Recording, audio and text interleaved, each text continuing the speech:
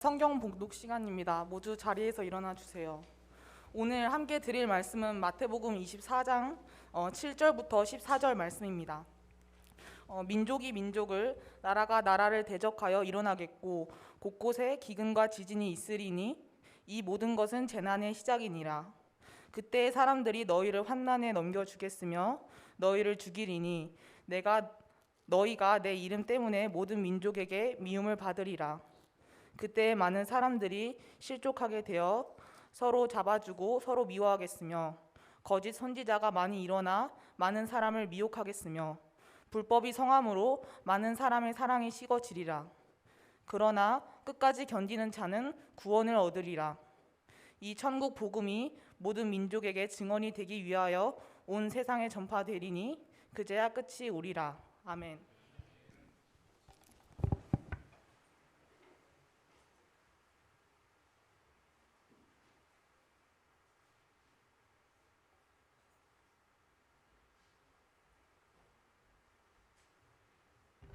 리뷰 영상 잠깐 틀어주시겠습니다.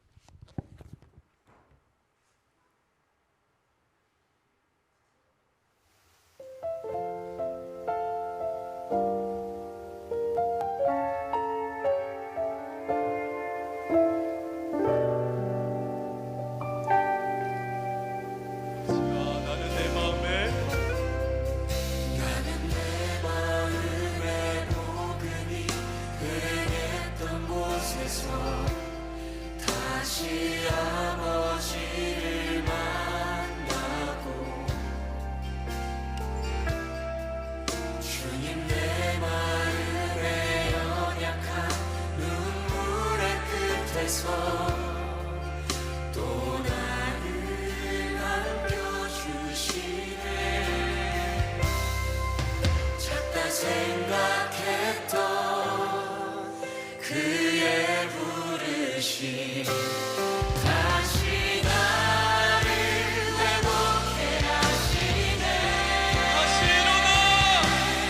다시 일어나 주를 예배하니 내 모든 기쁨이 되리. 그의 기쁨 되어 삶의 모든 순간을 주께 다 내어드리니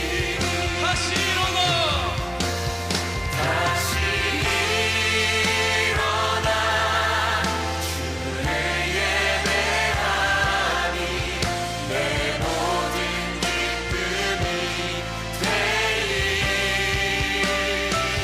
그의 기쁨 되어 삶의 모든 순간을 주께 다 내어드리니. 코로나19 때문에 지금까지 수련회를 열었음에도 규제받는 것들이 많았는데 이번 수련회는 정말 다시 예전 모습 그대로 돌아간 것 같아서 너무 행복하고요. 그만큼 더 열정적으로 친구들과 목자님과 함께 즐거운 추억과 하나님의 은혜와 사랑을 받을 수 있음이 너무 행복했습니다. 고등학생 때 수련회를 여러 번 가보긴 했지만 은혜를 받는다는 단어의 뜻을 잘 몰랐는데 이번 수련회를 통하여 은혜를 받은 것 같습니다. 이거 말로 설명하기 어려운 감정이었는데요. 이번 수련회 통해서 하나님이 제 옆에 역사하신다는 것을 느끼게 되었습니다.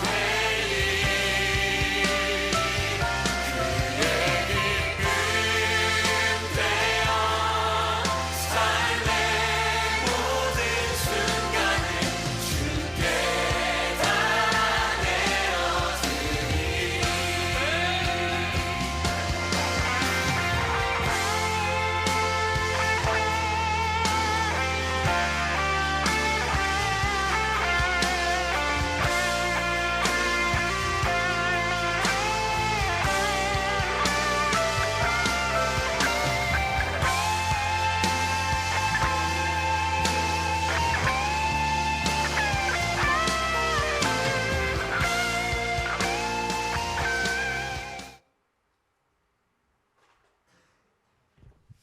네, 여러분 안녕하세요. 네, 수련회 때 같이 하다가 이렇게 되게 썰렁했어요. 여러분들이 그냥 왁작지껄했던 소리를 2박 3일 동안 귀에서 내내 이렇게 들리다가 뭔가 굉장히 썰렁하다. 한 약간 뭐지? 이런 느낌 뭐지? 약간 되게 오랜만에 느껴보는 감정인 한 일주일을 지났는데 여러분 어떻게 잘 지냈습니까? 네, 수련회 참석했던 친구들도 그리고 또 뭐 참석하지 못한 친구들도 있을 텐데 다음에 또 이제 여름 수련회가 이제 준비 중에 있어요. 벌써 여름 수련회를 벌써 준비하고 있습니다. 그래서 여러분들이 함께 기대하는 마음으로 이번 여름 수련회 다 같이 참여하면 좋겠고 전사님이 원래 이 시간 간증자를 세우려고 했는데 전사님이 소감문을 쭉 읽어봤거든요. 누굴 세울까 했는데 너무 많은 거야.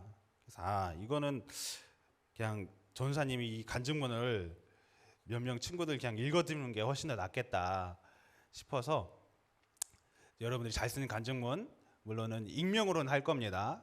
근데 좀 함께 좀 나눠보려고 합니다. 먼저 한 친구는 이렇게 간증문을 썼어요. 전사님 깜짝 놀란 간증문 쓰라고 하면 보통은 재밌었다 끝, 좋았다 끝, 아니면 밥이 맛이 없었다 이러고 말거든. 근데 이번엔 수련 간증문 애들이 너희들이 너무 이렇게 정성스럽게 쓴 거예요. 그래서 보면서 너무 되게 힘이 났거든요. 여러분들 이 간증문 하나하나가 목자님들하고 또 전사님에게 큰 힘이 돼요. 이렇게 썼어요. 처음 수련회에 올 때는 부끄럽지만 별 기대가 없었다. 더 나아가서 솔직히 막 그렇게 오고 싶었던 것도 아니다. 그냥 친구들 따라서 오게 된 것인데 지미사님의 찬양을 들으며 같이 나가서 뛰고 집회 때 기도하면서 처음 울고 열심히 기도할 수 있어서 너무 감사했다. 앞에 나가서 찬양하고 무릎 꿇고 기도하고 싶었는데도 눈치 보여 못 나가곤 했었는데 셀 친구들이 먼저 나가고 더 적극적으로 임해줘서 너무 고마웠다. 집회뿐 아니라 다른 목장 친구들과도 친해질 수 있는 기회가 있어서 너무 즐겁고 좋았다. 이 모든 주님의 은혜에 감사할 따름이다. 이런 친구도 있었고요. 다른 친구는 이렇게 또 썼어요. 코로나 이후 교회에 잘 안 나가게 됐습니다. 그러다가 친구가 다니는 지구촌 교회에 방문하게 되었고 수련회의 공기가 너무 그리워서 신청했습니다. 하나님을 찬양하며 뛰고 무릎 꿇고 기도하는 시간이 얼마나 소중한 것인지 깨닫는 시간이었고 목장 친구들과도 친밀해질 수 있어서 정말 소중한 2박 3일이었습니다. 최선을 다해 저희를 섬겨주신 목자님들, 전유사님들께 정말 감사드립니다. 이렇게 썼어요. 또 다른 친구는 또 이렇게 썼어요. 이렇게 썼는데 뭐라고 썼냐면은 솔직히 수련회 오는 전날까지 계속 고민을 했다.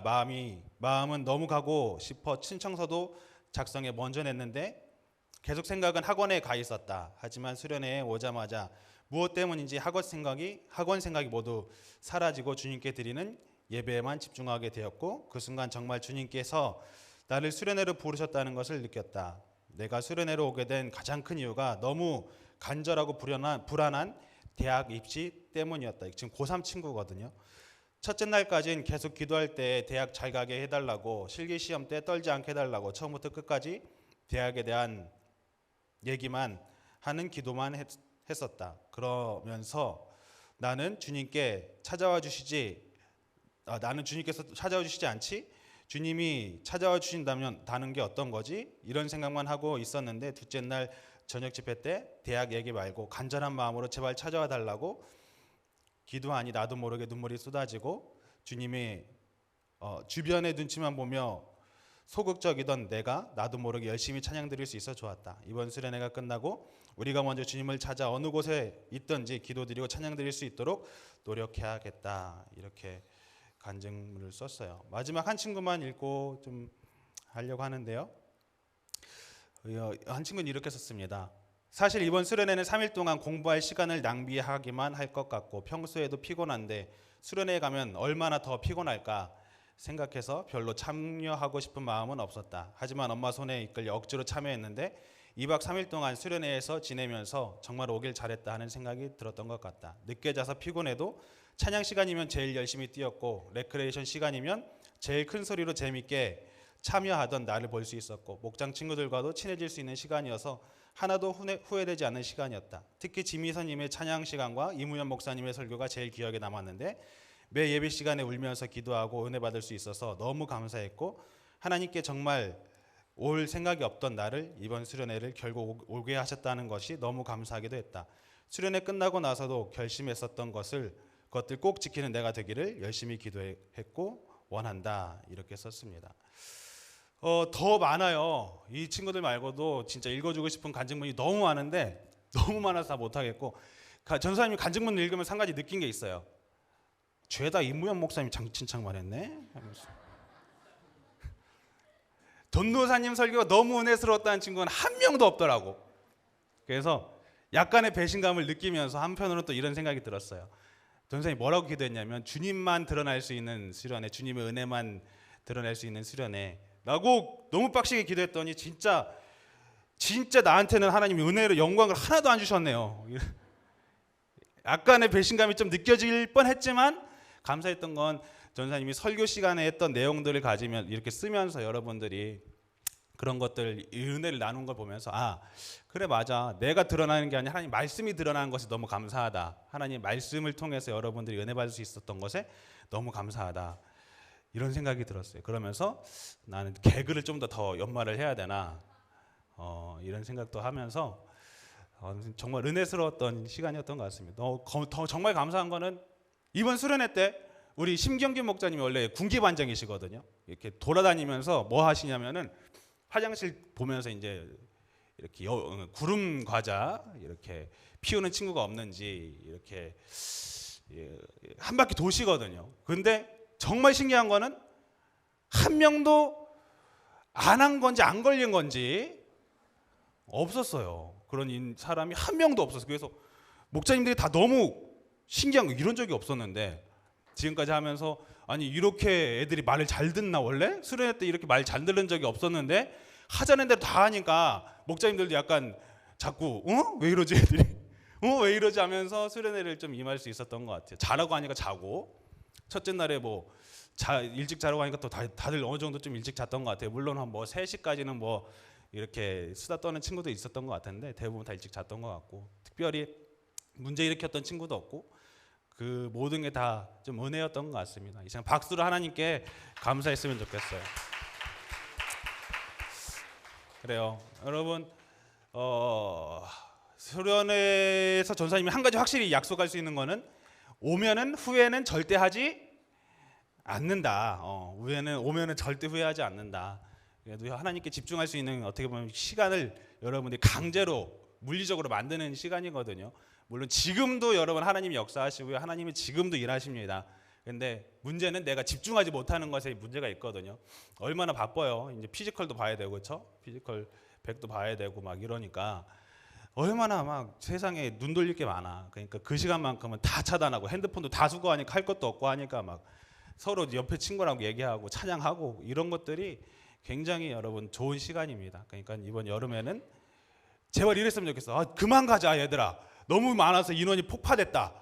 이건 케어 못한다 할 정도로 좀 접수했으면 좋겠어. 아니 사실 이번 수련회도 좀 깜짝 놀랐던 건 175명이 갔거든요. 학생만. 근데 출석이 우리가 190명대예요. 그래서 뭐지? 아니 어떻게 출석 인원하고 거의 동등하게 애들이 갔을까? 좀 아무튼 여러모로 많은 은혜를 좀 느낄 수 있었던 수련회였어요. 전사님이 수련회 이후에 이제 여러분들에게 어떤 말씀을 전하면 좋을까 이런 생각을 했어요. 우리가 이제 인생을 마라톤에 비유한다고 했잖아. 그러면서 넘어진다 할지라도 다시 일어선 사람은 뭐 할 수 있다? 완주할 수 있다. 그렇죠? 그런데 중요한 건 뭐냐면은 그 마라톤에는 뭐가 있죠? 뭐를 향해 달려가는 거죠? 그렇죠. 결승선을 향해 달려가는 거죠. 언젠가는 결승전 그 끝이 있다는 거예요. 그 끝을 향해서 달려가는 거예요. 그 끝이라는 게 우리 인생에 있어서는 뭐 죽음이 될 수도 있고요. 세계적으로 보면은 그게 뭐 종말이 될 수도 있어요. 근데 분명한 것은 끝이 있다라는 거예요. 근데 우리가 자꾸 망각하는 거는 그 끝에 대해서 자꾸 좀 잊으면서 살아가요. 어떻게 보면 기억하길 싫어하기도 해요.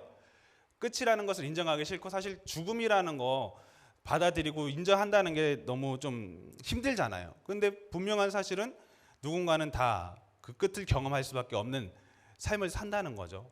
하나님이 우리 가운데 죄의 결실로 우리가 죽음을 경험할 수밖에 없게 된 거예요. 그럼 중요한 건 뭐냐면 그 끝을 우리가 준비하고 있느냐는 거죠. 우리가 수련회를 하면서 맞춰면서 이제 살아가는데 이제 그 끝을 우리가 얼마나 준비하면서 살아가고 있느냐. 서양 연극 작품 중에 이게 있어요. 15분이라는 작품이 있어요. Just 15분 Minute이라는 연극이 있는데 이 작품을 보면은 어렸을 때 굉장히 수재였던 한 남성이 등장을 합니다. 명문대에 진학을 했었고요. 항상 수석을 차지했었고 발표한 논문들을 보면 항상 호평을 받으면서 교수 임용을 이제 기다리기만 하면 되는 누가 봐도 엘리트 코스를 밟은 그 한 남성이 등장을 합니다. 근데 학위를 받기 며칠 전에 갑자기 가슴에 엄청난 통증이 터져와서 병원을 간 거예요. 갔더니 병원에서 진단을 받았는데 의사가 그 사람에게 진단을 내리기를 시한부 인생을 내린 거죠. 당신 얼마 못 삽니다. 그래서 깜짝 놀래가지고 얼마나 살 수 있는데요? 했더니 얼마나 살 수 있다고 하냐면 15분입니다 한 거예요. 말이 안 되는 거죠, 그렇죠? 15분이요? 아니 한 달도 아니고 일주일도 아니고 15분이라니 이게 지금 무슨 천청병력 같은 소리예요? 하면서 너무 막 놀라면서 그런 거예요. 그러다가 이 남자가 정신 못 차리고 막 5분을 날린 거죠. 막 이게 말이 되냐? 이게 무슨 소리냐? 멱살 잡으면서 똑바로 한번 자라봐라. 이게 지금 말이 되는 소리냐? 15분이라는 게 이게 말이 되는 거냐면서 5분이 날아가니까 10분이 남은 거죠. 그런 10분 남은 상황 속에서 갑자기 이 남자한테 이제 한 전화가 옵니다. 때르르릉 하면서 전화가 오는데 무슨 전화가 오냐면은 자기 삼촌이 있었는데 그분이 이제 돌아가시면서 자신을 상속인으로 지정했다. 네가 이제 그 재산 다 물려받을 수 있게 됐다라는 전화를 받은 거예요. 그리고 전화를 끊자마자 또 전화가 올렸는데 무슨 연락이 왔냐면은 당신의 박사 과정을 통해서 준비했던 그 논문이 이제 졸업자 중에서 굉장히 최우수 이제 논문으로 뽑혔다라는 소식을 또 접한 거죠. 그걸 또 이제 끊고 나서 보니까 또 이제 문자 하나가 와 있는데 뭐였냐면은 며칠 전에 프로포즈를 했거든요. 이 남자가 프로포즈를 한 이 사랑하는 연인에게서 결혼 승낙 내가 그럼 당신하고 결혼하겠습니다라는 결혼 승낙 문자가 와 있던 거예요. 그걸 받으면서 이 남자가 즐거워하고 기뻐할 수가 없었어요. 그리고 나서 뭐 그 어떤 소식도 이 사람의 수명을 1분도 늘리지 못했습니다. 그리고 15분이 지나서 그 자리에서 숨을 거두는 단편 그런 연극 작품이거든요. 여러분 누구나 다 부러워할 만한 거죠. 대단한 상속인이 되는 거, 그렇죠? 내가 누군가의 한번 상상해 본 적이 없어서 내 아빠가 만약에 이렇게 삼성의 회장이었다면 참 행복했을 텐데라는 상상, 아니면 누군가 로또 당첨자가 나한테 한 2억만이라도 줬으면, 그렇죠? 이런 상상 해본 적 있죠. 그런데 이 남자에게는 그 어떤 재산도, 그 어떤 뭐 명예도, 그 어떤 사랑도 다 정말 15분이란 그 시간 안에서는 다 쓸모없는, 정말 어떻게 보면 정말 별거 아닌 것이 돼버린 순간이 된 거죠. 여러분 우리가 마지막을 준비하지 못한다면요, 우리도 마찬가지일 거예요. 정말 허무함만 남긴 채 끝날 수밖에 없을 거예요. 그 죽음 앞에서 어떻게 하지 하다가 결국은 허무함만 남긴 채 죽을 수밖에 없는 삶을 살 수밖에 없다는 거죠. 그렇기 때문에 우리는 마지막을 준비하면서 한 걸음 한 걸음 살아갈 수 있어야 된다는 거예요. 오늘 본문 속에서 예수님께서 마지막 날에 대해서 어떻게 우리가 임해야 되는지, 그리고 마지막 날에 있을 어떤 징조가 있는지에 대해서 말씀하고 계십니다. 예수님께서 성전을 지나가실 때 제자들이 그 성전을 보면서 이야기하는 거예요. 와, 예수님 우리 성전 진짜 멋있지 않습니까? 하나님을 예배하는 성전 정말 우리가 생각해도 정말 멋지게 삐까뻔쩍하게 잘 지어놓은 것 같습니다 라고 말하니까 예수님께서 뭐라고 말씀하시냐면요, 이런 성전조차도 오히려 무너져 버릴 것이다 라고 말씀을 하시는 거예요. 제자들한테 너희들이 자랑하는 이 성전, 이 예루살렘 성전도 결국은 어느 날 언젠간 무너져 버릴 것이다 라고 말씀하시면, 그러면서 이 성전뿐만 아니라 세상까지도 무너져 버릴 것이다 라고 말씀을 하세요. 그러면서 우리가 어떻게 살아가야 되는지, 마지막 때를 어떻게 준비해야 되는지를 말씀을 하시는 것이 오늘 본문 말씀이에요. 그래서 실제로 이스라엘 성전이 나중에는 무너져 버리거든요. 로마의 그 점령으로 해서 다 이제 멸망돼 버려요.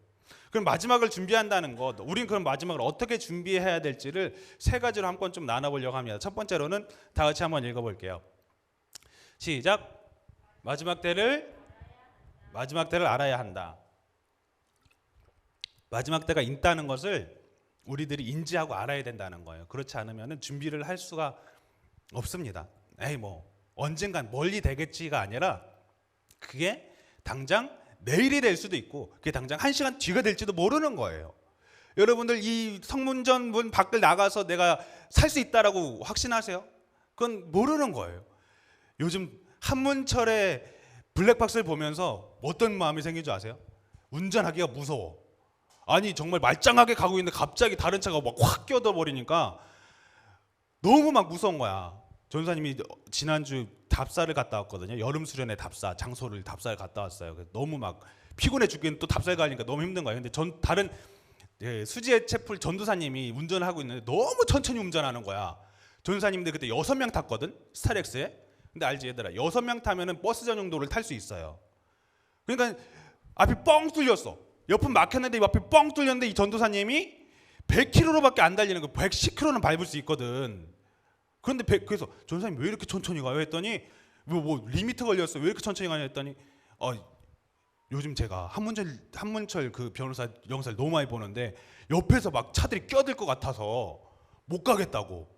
보니까 옆에서 차가 이렇게 껴들까봐 이게 못 밟는 거야. 이 전도사님이 혹시나라는 생각 때문에. 여러분 우리가 살면서 언제 어떻게 우리의 생을 마감할지를 알 수 있는 사람 아무도 없습니다. 나는 뭐 한 80살까지는 살지 않겠어? 라고 하지만 모르는 거예요. 그렇기 때문에 사람들이 보험을 들잖아. 왜 이렇게 보험을 들겠어? 그래도 내가 혹시나 내가 죽은 다음에 내 다른 사람한테 돈을 남겨주려고 하는 거예요? 아니죠. 그 돈 가지고 어떻게든지 치유받으려고 하는 거잖아요. 어떻게 될지 모르는 거예요. 마지막 때를 있음을 우리가 인지하고 알아야 됩니다. 여러분 하인리 법칙이라는 게 있어요. 이게 뭐냐면 1대 29대 300이라는 법칙인데 이거예요. 한 번에 사건이 터지기까지 큰 사건이에요. 한 번에 큰 사건이 터지기까지 같은 이유로 29번의 경상자가 이미 발생을 했었다는 거예요. 그 사건 때문에. 그리고 같은 원인으로 300명 정도가 다칠 뻔했다라는 게 이제 하인리 법칙이거든요. 어떤 큰 사고가 그냥 빵 하나가 터졌어.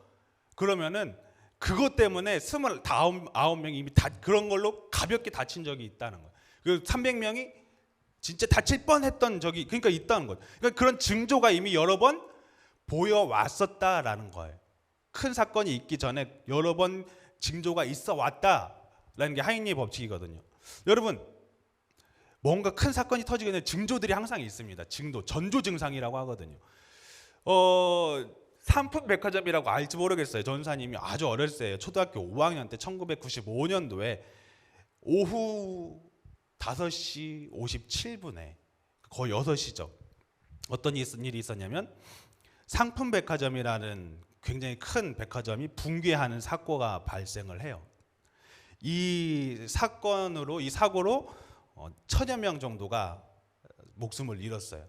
근데 이때가 또 하필이면 시간이 사람이 제일 많은 시간 오후 6시.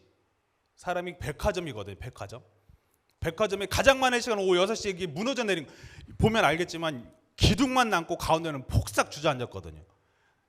그래서 이걸 보면서 사람들이 깜짝 놀란 게 1층 그 천장하고 2층 천장하고 3층 천장이 이렇게 포개져 있는 거야. 공간 없이 1층, 2층, 3층, 4층 막 이렇게 포개져 있는 거 샌드위치처럼. 거기에 사람이 깔려버린 거죠. 그래서 이것 때문에 엄청나게 많은 사람들이 목숨을 잃었습니다. 근데 이게 바로 그때 사건이 터진 거냐? 아니었던 거예요. 조사를 해보니까 야 이게 왜 무너진 거냐 봤더니 이미 그 전에 충분히 전조 현상들이 있었던 거예요. 붕괴 2달 전에 이미 천장에 균열이 발생하고 있었던 거예요.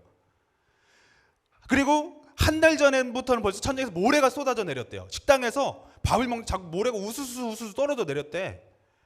근데 그걸 이제 운영진들이 제대로 캐치를 못한 거지.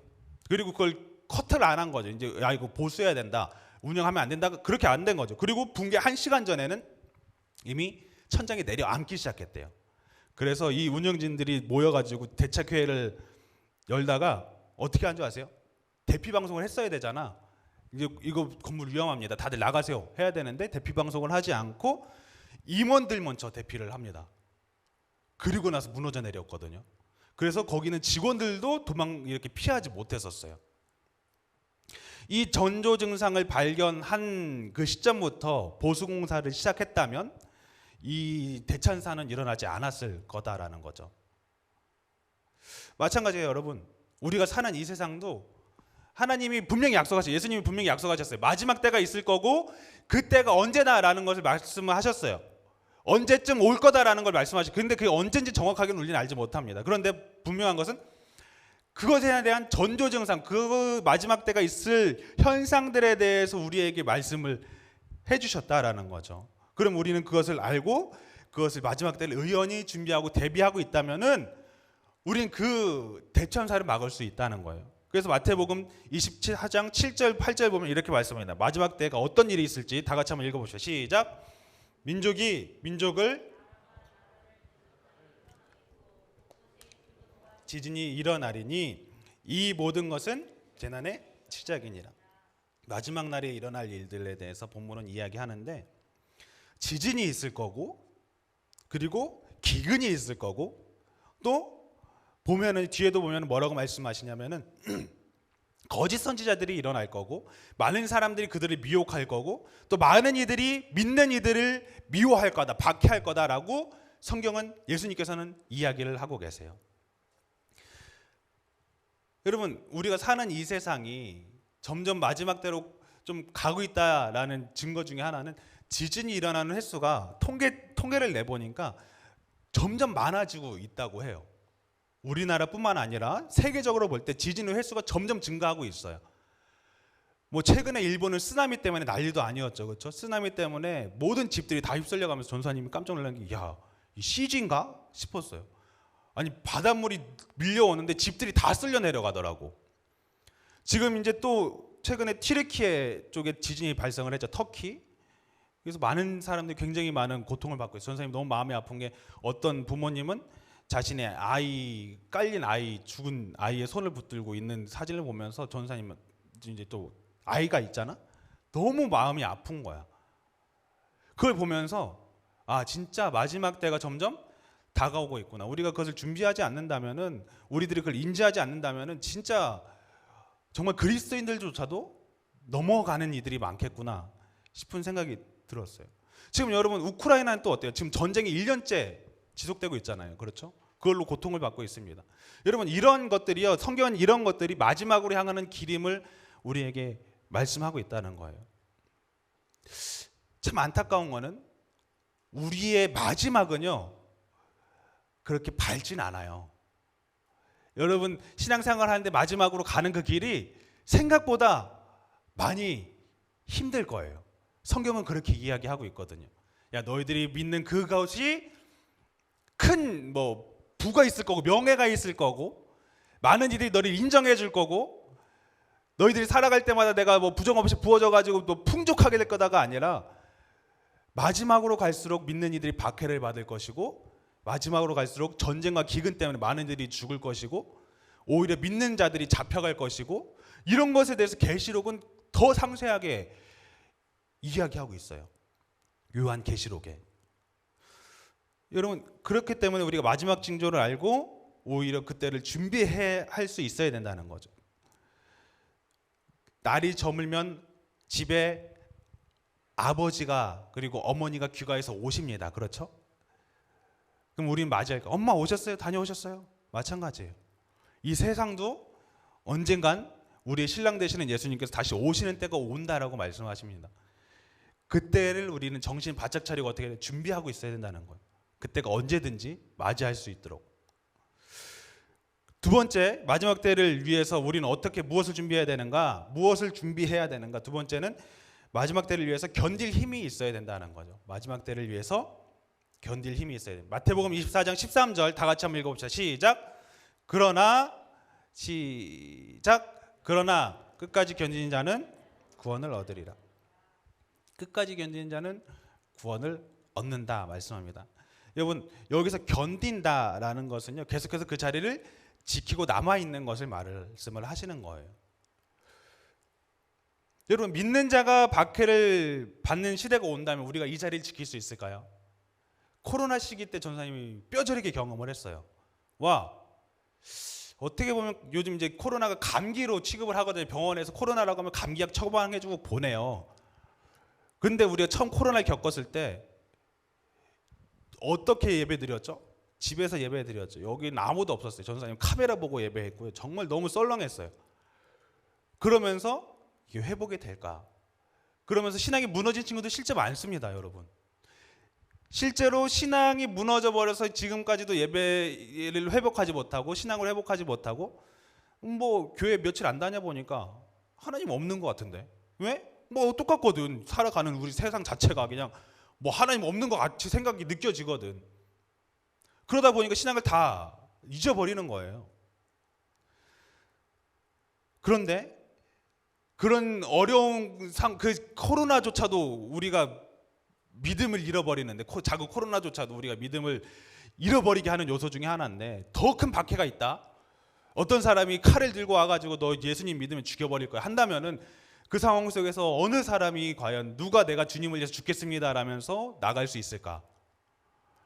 여러분 우리가 지금 이렇게 신앙을 지킬 수 있는 것이 많은 믿음의 조상들의 피 때문에 틀린 피 때문에 그런 거거든요.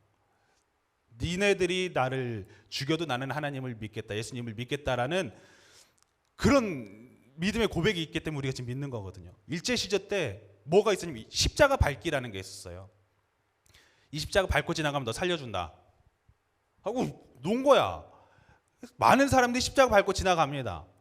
그런데 몇몇 사람들은 나는 그렇게 하지 못한다, 나는 신앙을 포기하지 못하겠다 하면서 목숨을 잃은 사람들이 있어요. 그런 분들이 복음을 전했기 때문에 우리가 지금 믿을 수 있는 거거든요. 지금까지 있을 수 있는 거거든요. 그렇지 않았으면 우리가 지금 복음을 접할 수가 없었죠. 예수님의 흘리신 피부터 시작해서 지금까지 기독교의 역사는 피의 역사였어요. 그분들이 흘리신 피가 있기 때문에 우리가 믿는 거예요. 마찬가지입니다.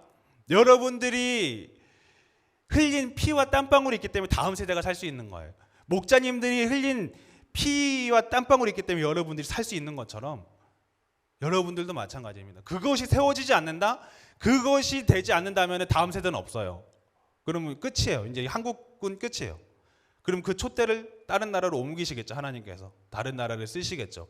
하나님은 일을 못 하시는 분은 아니시거든요. 그렇기 때문에 우리가 정신 차리고 그때를 준비하면서 견딜 수 있어야 된다는 거죠. 마지막 때를 견디고 지킬 수 있는 것, 그것은 그 힘이 어디서 나오냐? 마지막은 있다를 알기 때문에 그래요. 끝이 있다라는 것을 알고 있다면요, 여러분 힘을 낼 수가 있다는 거예요. 1950년에 체드윅이라는 여자 수영 선수가 34살의 나이로 캘리포니아 카타리나 섬에서 롱비치까지 한 34km 정도 되는 거리를 수영으로 횡단을 합니다. 그런데 그녀가 처음 시도를 했을 때 어떤 일이 있었냐면 목적지를 800m 앞에 두고 포기하게 돼요. 조금만 더 가면은 완주할 수 있는 거였는데 포기를 합니다. 그 실패 원인이 뭔지 아세요? 그 실패 원인이 추위나 피로 이런 것들이 아니라 안개 때문이었대요. 앞에 안개가 자욱하니까 앞이 끝이 어딘지 모르는 거예요. 그러니까 더는 못 견디겠다, 더 못 버티겠다 싶어서 포기를 한 거죠. 그리고 두 번째 2차 시도 때는 그녀가 34km 되는 그 거리를 횡단하는데 성공을 합니다. 근데 그때의 환경이 더 좋았냐? 아니었던 거예요. 오히려 그때는 안개가 더 짙었대요. 그래서 기자들이 물어봤어요. 체드윅 선수한테 아니 어떻게 지난번에 안개 때문에 실패를 한 것 같은데 지금 어떻게 그 더 짙은 안개 속에서 어떻게 횡단할 수가 있었습니까? 이렇게 인터뷰를 하니까 그 체드윅이라는 선수가 이렇게 얘기했대요. 이번에는 제 마음에 분명한 목표가 보였습니다. 안개 너머 아름다운 캘리포니아 해변의 광경이 제 눈앞에 보였습니다. 이렇게 이야기했대요. 안개 때문에 목적지는 보이지 않았지만 그녀에게는 뭐예요? 분명히 가야 할 목적지가 있었고 그것을 바라보면서 살아갔기 때문에 횡단할 수가 있었다라는 거죠. 마찬가지예요. 여러분, 우리가 지금 고난이 힘들고 어렵다 할지라도 이미 결론은 정해져 있어요. 믿는 자는 승리한다. 오늘 예수님께서 말씀하시잖아요. 끝까지 견디는 자는 구원을 얻으리라라고 얘기하시잖아요. 믿는 자는 승리한다라는 그 결론이 이미 나 있어요. 그렇기 때문에 우리가 그 목표를 바라볼 수 있기 때문에 우리가 완주할 수 있다는 거죠. 아무리 어렵다 할지라도 견딜 수 있는 힘이 거기서 나올 수 있다는 거죠. 하나님 나라를 위해서 그리고 구원을 위해서 여러분의 자리를 지킬 수 있고 견딜 수 있기를 간절히 소망합니다. 아멘. 지금의 믿음의 결단들 작은 것들이 있잖아요. 그런 것들 하나하나 하면서 여러분들의 믿음의 영적 근육을 키워나가고 그것을 버틸 수 있는 힘을 기를 수 있었으면 좋겠어요. 마지막으로 마지막 때를 위해서 준비해야 되는 것, 세 번째는 마지막 때를 위해서 뭐 해야 되냐면은 전파해야 된다는 거죠. 전파. 마지막 때를 위해서 전파해야 됩니다. 마태복음 24장 14절 다 같이 한번 읽어볼게요. 시작. 이 천국 복음이 모든 민족에게 증언되기 위하여 온 세상에 전파되리니 그제야 끝이 오리라. 모든 사람이 믿게 될 때 마지막 때가 오리라 라고 말씀하시지 않습니다. 모든 사람이 다 믿으면 100% 다 믿으면 내가 오겠다라고 말씀하신 것이 아니라 뭐라고 말씀하시냐면요, 모든 민족들에게 복음이 전파될 때 그때야 끝이 오리라라고 말씀하세요. 아직까지도 여러분 복음을 전파하지 못한 많은 민족들이 있습니다. 하나님께서는 그들에게까지도 그 복음이 전파되길 원하신다는 거죠. 아직도 복음을 접하지 못한 그 미전도 종족이요 6,500여 종족이 있대요.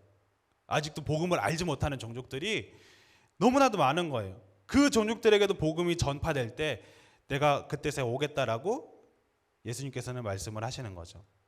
그렇기 때문에 우리가 하나님 나라를 사모하고 기다릴 수 있는 것은요, 복음을 전파하기 위해서 힘쓸 수 있는 것은요, 예수님이 오신다라는 것을 바라보기 때문에 그렇습니다.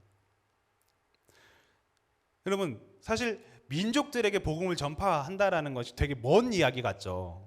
민족들한테 그럼 야, 저기 지구 반대편 나라에다가 복음을 전해야 되나? 어떻게 해야 되나? 어떻게 해야 되지? 이런 생각이 들 수 있어요. 근데 여러분, 복음 전파라는 것이 먼 나라 이야기가 아닙니다. 바로 우리 주변의 이야기예요. 여러분, 6다리 법칙이라고 아세요? 6다리 법칙이 있대요. 뭐냐면요, 최대 6명만 걸치고 있으면 세계 누구와도 연결된다라는 이론이에요. 이 사람하고 저 사람하고 이렇게 6다리만 걸치면은 서로가 안 돼. 서로가 연결돼 있대. 근데 놀랍게도 진짜 그런 경우가 많아요. 놀랍게도 생각보다 지구는 좁다 라는 게 실제로 그렇거든요. 뭐 지난번에 목사님들께서도 얘기 나눠보시다가 봤더니 대학생 때 같은 이렇게 모임을 하고 있었다고 깜짝 놀랐다고 하는 이야기도 들었어요. 혹시 모릅니다. 여러분 전사님 학창시절에 전사님하고 여러분 학창시절은 아니겠구나. 전사님이 나이가 많으니까. 전사님이 한 10년 전에 여러분들 어렸을 때 잠깐 봤을지도 몰라요.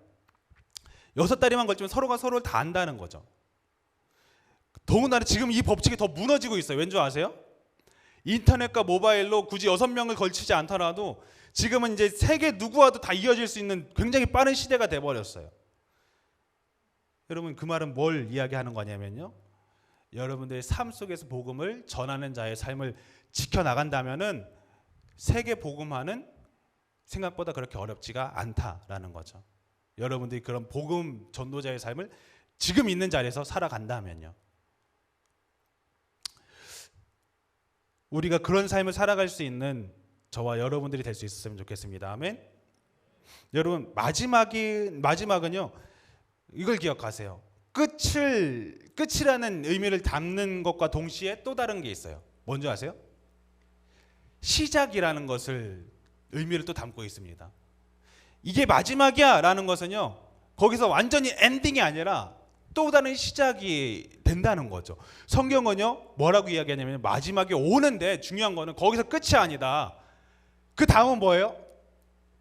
하나님 나라의 임재를 이야기합니다. 완벽한 하나님의 통치가 이루어질 거다. 지금까지는 불안정했다. 죄가 다스렸고 죄가 우리 안에 있었고, 그런데 그 모든 것이 다 끝나고 그 다음부터는 이 나라를 너희를 내가 다스리겠다. 하나님 나라의 통치가 시작되는 그 시점이 된다는 거예요. 그렇기 때문에 우리가 그 마지막을 기대하면서 살아갈 수 있는 거죠. 기다리면서 살아갈 수 있는 거죠. 우리가 사는 이 세상은 이미 마지막 때를 향해서 달려가고 있습니다. 지금 뭐 멀었겠지가 아니라 그 마지막을 향해 달려가고, 그래서 요한계시록이 어떻게 끝나죠? 처음 성경의 처음은 이래요. 태초에 하나님이 천지를 창조하시니라. 그 마지막은 뭐래요? 아멘 주 예수여 어서 오시옵소서. 아멘 주 예수여 어서 오시옵소서가 끝이에요. 우리가 살아갈 신앙의 고백이에요. 내가 이 세상을 살아가는데 주님이 오시는 것을 기억하면서 기다리면서 살아갈 수 있는 우리가 될 수 있길 바랍니다. 노아의 시대 때를 기억하세요, 여러분. 노아의 시대 때는 사람들이 하나님이 이 세상을 물로 멸망하겠다라고 했지만 그것에 대해서 기억하지 못하고 다 막 조롱합니다. 무슨 멸망이 있냐. 결국 근데 그 노아의 가족들만 살아남거든요. 마찬가지예요. 지금도 똑같은 일들이 벌어지고 있는 거예요. 그러면 우리는 이런 상황 속에서 끝까지 믿음을 붙들고 승리할 수 있어야 된다라는 것을 기억할 수 있었으면 좋겠습니다. 이 시간 찬양으로 함께 좀 고백하면서 주님 앞에 나갔으면 좋겠는데요. 주님 다시 오실 때까지라는 찬양이에요. 우리가 살아가는 이 길은 결코 넓지 않습니다. 성경은 이야기하기를 좁은 문이라고 이야기하고요, 좁은 길이라고 이야기하고요, 그 길은 결코 평탄하진 않을 거다라고 이야기해요. 그런데 그 길이 곧 십자가의 길이고 구원의 길이다라고 이야기하십니다. 여러분들이 앞으로 살아가야 할 이 세상 쉽지는 않다고 이야기합니다. 그런데요, 우리가 승리할 수 있는 것은요, 이미 결론은 나 있어요. 그것을 바라보기 때문에 그래요. 그것 때문에 더 힘을 얻을 수 있는 거거든요. 함께 찬양으로 이 시간 다 함께 자리에 일어나서 하나님 앞에 고백하면서 나아가길 원합니다. 주님 다시 오실 때까지 나는 이 길을 가리라. 주님 다시 오실 때까지 나는 이 길을 가리라.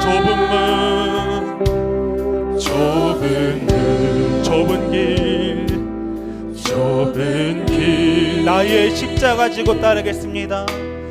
나의 십자가 지고 나의 가는 이 길 끝에서 나의 가는 이 길 끝에서 나는 주님을 바라봅니다. 주님을 보리라. 영광의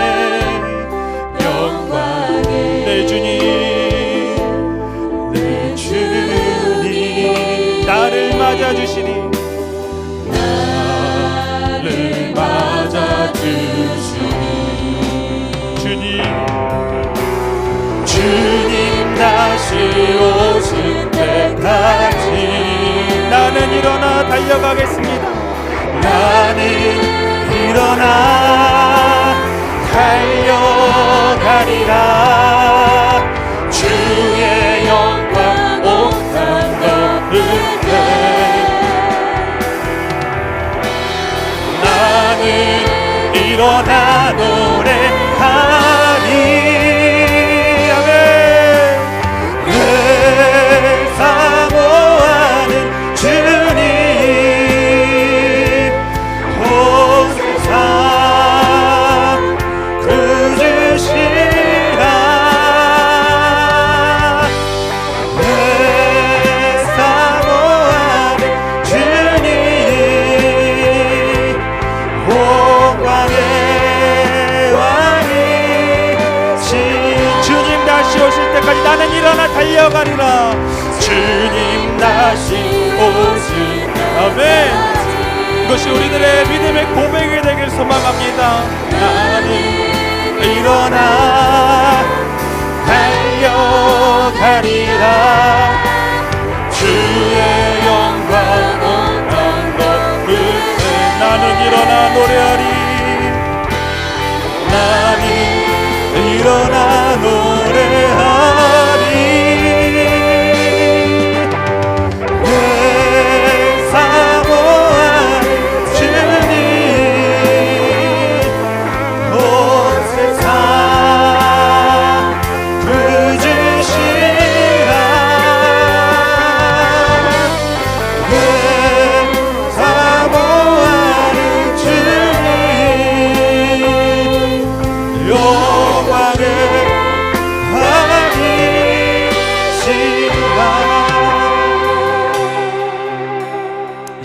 기도할 것은요, 주님, 저희가 주님의 마지막 때를 향해 달려가는 주님의 백성들로서 담대하게 하여 주시옵소서.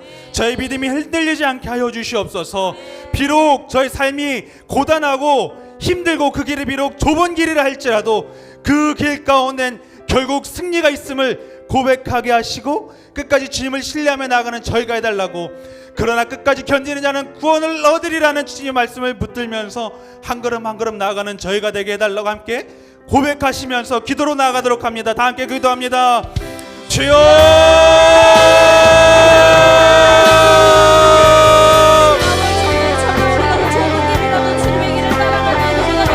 아버지,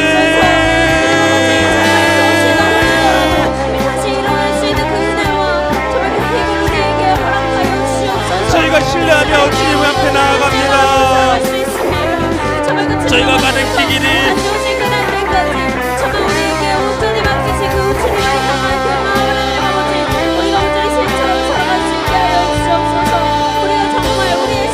아무리 험난하고 그 길이 어렵다 할지라도 나의 구원자는 신주를 바라보며 한 걸음 한 걸음 나아가게 하여 주시옵소서. 그 마지막 때를 위해 준비하는 저희들이 되게 하여 주시옵소서. 아버지, 사람이 살고 죽는 것은 주님께서 이미 예정하셨습니다. 아버지, 나의 주인 되신 주님을 바라보며 오늘 하루도 살아갑니다. 주님 앞에 담대히 나가게 하여 주시고, 아버지, 복음을 전하기에 두려워하지 않는 저희들 되게 하여 주시옵소서. 주님의 복음을 담대히 전할 수 있는 저희들 되게 하여 주시옵소서. 아버지, 주님 앞에 무릎 꿇고 나아가는 저희들 될 수 있도록 성령님 이끄시고 함께 하여 주시옵소서. 그런 주님의 마음을 보며 사모하며 나아가오니 주님이 끌어주시고 그런 주님 안에서 참된 자유함이 있을 수 있도록 성령 하나님 일하여 주시고 성령 하나님 붙들어 주시옵소서. 주님 앞에 나아갑니다. 내 모든 것을 내려놓사오니 주님께서 이끌어 주시옵소서. 나의 자신 되신 주님, 저희 가운데 함께 하여 주시옵소서.